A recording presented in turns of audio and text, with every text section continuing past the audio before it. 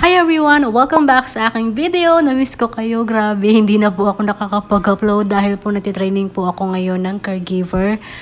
Kaya medyo hindi po ako nakakapag-upload ng vlog, pero patuloy pa rin po ako nagpapa-order ng alahas. So anyway, andito na po ako sa Ongpin at gusto ko lang ulit may share sa inyo at ma-update yung mga bagong display dito sa Ongpin dahil mataas pa rin po yung program, hindi pa rin po nang babago. So andito na po ako sa pinupuntahan kong stall. Unang-una, syempre, number 1 para sa akin yung Mirage. So, kapag interested po kayong pumunta dito at medyo malapit lang naman po kayo, pwede po kayo dito pumunta. Again, mataas pa rin yung program. Yung regular, nasa 3,100. Sa iba, 3,150. Pero usually, kapag yung napipili kasi natin, lalo na yung mga customers, kapag mga VVSPL, mga 3,350. Tapos, 3,450 naman kapag K18 or kaya may halong Japan yung 18K. So, ito, pinapakita ko yung order ng aking customers. Itong Teeth Knot. Yung Teeth Knot naman, ito naman yung best seller din sa kanila. Halos mabilis to maubos. Halos talagang walang stock madalas. Pero talagang God is good dahil nakakuha tayo para sa aking customers. Dahil kumuha po ako ng dalawang kulay. I mean, yung white and then syempre yung gold. So, ito po yung kanilang per gram. Medyo mabigat talaga siya kasi may bato siya. So, 2.97 and then yung isa nasa 2.96 grams. So, ito yung kapag mahilig kayo sa mga flat bracelet. Ito po yung mga samples. Medyo kailangan ko lang dahan-dahanin. Ito naman yung mga necklace, no. Again, nakadepende po yan sa bigat ng alahas na bibilhin nyo. Kaya hindi ko din po masasagot lahat ng question ninyo kung magkano yung price ng necklace na yan. Dahil nakadepende po syempre sa kung ilan yung bigat ng mga alahas na gusto nyong bilhin. So, ito yung mga pendant and bracelet ulit. Alam nyo, kapag mas maganda kung malapit kayo dito kasi para mas makapili pa kayo. Pero kung halimbawa malayo kayo, pwede naman po kayong umorder sa R&R Gold Collections. Huwag po kayong maglala dahil legit naman po tayo. Kaya nga po tayo andito is para din po ma-update kayo. And then syempre gusto ko din naman sabihin kung saan ako pumupunta para, 'di ba? Meron din naman kayong idea kung saan yung pwedeng or saan pwedeng pumunta dito banda sa Ongpin para bumili ng alahas. So, sana medyo naiintindihan nyo ako magsalita dahil medyo may lang ako sa ngipin. So, ito yung mga VCA. Ayan, medyo hindi lang kita masyado. So, ito yung mga real diamonds. Yung kapag engagement ring yung hinahanap ninyo, medyo malabo lang siya. Kaya medyo talagang sinasakto ko yung video. So, yung kanyang price, mga 30,000 to 50,000 pesos. Kasi real diamond po yung stone niya. So, ito na, nakuha ko na po. Tapos, ayan, nilagay ko yung aking camera kasi para nakikita nyo din yung itsura ko kasi baka namimiss nyo yung itsura ko, di ba? Charot.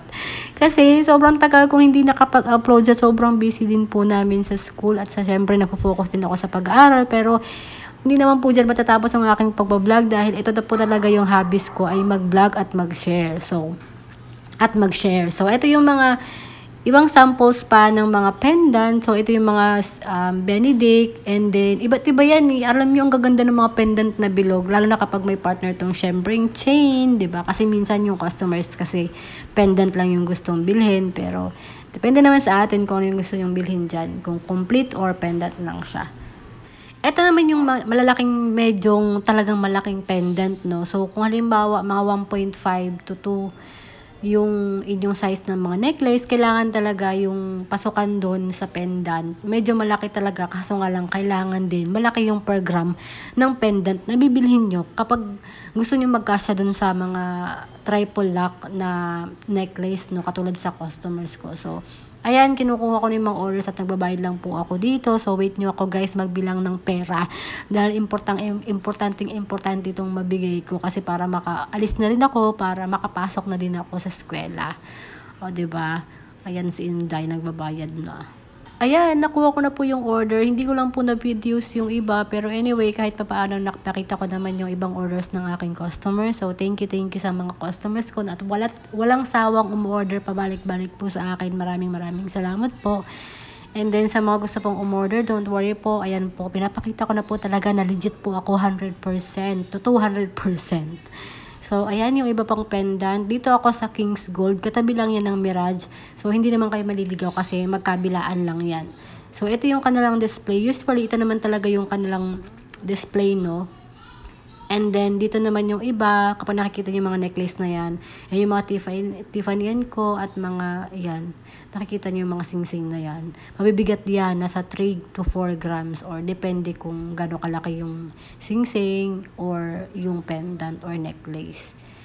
Ang ganda, no? Yan yung mga actual pictures or video na pinapakita ko ngayon. In case lang na magka-interested po kayo, just kondungisa ng sapatos ko. So, kapag halimbawa ganyan naman yung mga gusto nyong necklace, siyempre mabibigat yan. Nasa 80,000 to 100,000 plus yan. Lalong-lalo na kapag may kasamang pendant. Depende sa kung ano yung pendant na gusto nyo. Yung mga Tiffany & Co, mamahal yan kasi siyempre mabibigat yan Pero meron naman mga 15,000 lang siya. Pero manipis na manipis talaga siya. So, nakadepende pa rin kung magkano yung budget na kaya natin ilabas, diba? So, ito naman yung mga sample ng mga hikaw. Ang ganda niya, no? Pero medyo mabigat yan. Abot ng mga 1.8 to 3 to 2 to 3 grams. So, kapag interested kayo sa mga dome earrings, marami din dito sa King's Gold. So, pasyalan nyo din yung King's Gold in case lang na gusto nyo pong umorder. Katulad nito sa mga engagement ring. Ayan, may mga 8,000 dyan. May mga 12,000. Depende. Pero itong mga engagement ring, nasa 4,000 to 6,000 pesos lang yan. Depende sa per gram pa rin. So, ito naman yung mga sample ng mga couple ring. Alam nyo, halos siguro 30% ng aking mga customers tsaka viewers ko sa YouTube, tinatanong kung magkano yung mga couple ring. Kapag mga ganitong couple ring, meron silang per piece price, no? So, hindi ko naman masasagot. Minsan may 8,000, may 10,000, 11, depende. Pag regular, 3,100, SPL 3,150, tapos BSPL 3,200, BBSPL 33, 21K 3,450, tsaka K18 21K. Parang basta may halong Japan gold, ganun. Mahal 3,450. Kahit pendant pa yan or chain, pareho lang din naman ng per gram yan. 3,450. So, mataas pa rin yung per gram ngayon. Dati nasa 3,050 lang siya. So, tumaas siya ng mga 50 pesos tsaka 100 pesos. So, mas mataas pa dito yung per gram sa iba. So, lagi ko pong nire-recommend yung Mirage, tsaka King's Gold at iba pa dito mga store na kakatabi nila kasi nga lahat naman yan, good quality. And then, ayan, totoong gold naman lahat to. So, ito yung mga hikaw, no, na mga, tag dito, VCA. So, ito yung medyong mga sample na pinapakita ko sa inyo, no. Pasensya na kayo kasi medyo matao dito. Medyo nahihirapan ako mag-vlog. So, ito yung mga milyon, 2 to 3 million. Ganyan yung mga price dito sa kalalaking mga necklace na yan. Para kang Reyna kapag kasinuot mo na to, dahil. Diba? Ang daming necklace. Kapag andito ka, kung halimbawa 5,000 lang yung pera mo, isang necklace or isang sing-sing lang yung talaga mabibili mo dito. So, yan yung mga iba't ibang pendant. Diba? Ang gaganda.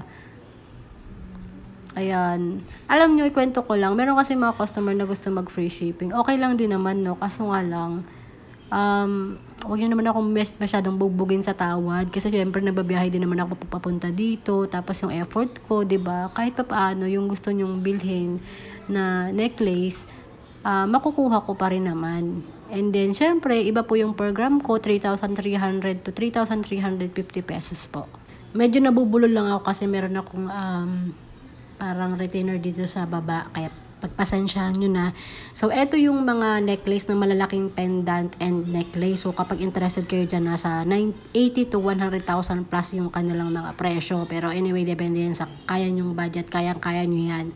Maganda na mag-invest ng gold kasi kahit papaano, diba, tumataas yung value. So, ito yung mga couple ring, no. Lagi ko pong sinasabi na yung couple ring, nakadepende yan sa timbang. Pero kung bibili kayo ng mga couple ring, mas maganda na dumepende kayo sa per gram, hindi sa per piece. Kasi kapag per piece, medyo lugi talaga kayo. Napakalayo ng price sa per gram. Para magka-idea lang kayo kung magkano yung couple ring sa Mirage, tsaka minsan sa King's Gold is nasa, kapag kadalawa na 6 to 7 grams, pwede na yun. Kasi usually, depende kasi sa size. Siyempre, kapag malaki, mabigat yun. Yung kapag sa per gram, merong 3.2 to 4 grams. Depende talaga sa bigat ng couple ring. Pero yan po yung usually na nakikita kong price or grams or bigat ng mga couple ring doon. Nasa 3 grams yung isa pa lang, nasa 3.2, ganon. So, ayan, Diyos ko dahil, ayan ako po, mag-duty na po ako, charit. Ayan, binibideo ko lang kasi nga para magkaroon kayo ng idea kung ano yung mga background ko na nilalakaran ko dito. Syempre, puro gold. So, yan po yung mga sample. Ang ganda nito, grabe. Ito yung mga panlalaking singsing. Alam nyo, may mga bumibili talaga dito mga lalaki na talagang dahil malaki yung budget talaga nila. Ang gaganda ng mga ring na yan. Aabot ng mga 49 to 60,000 din.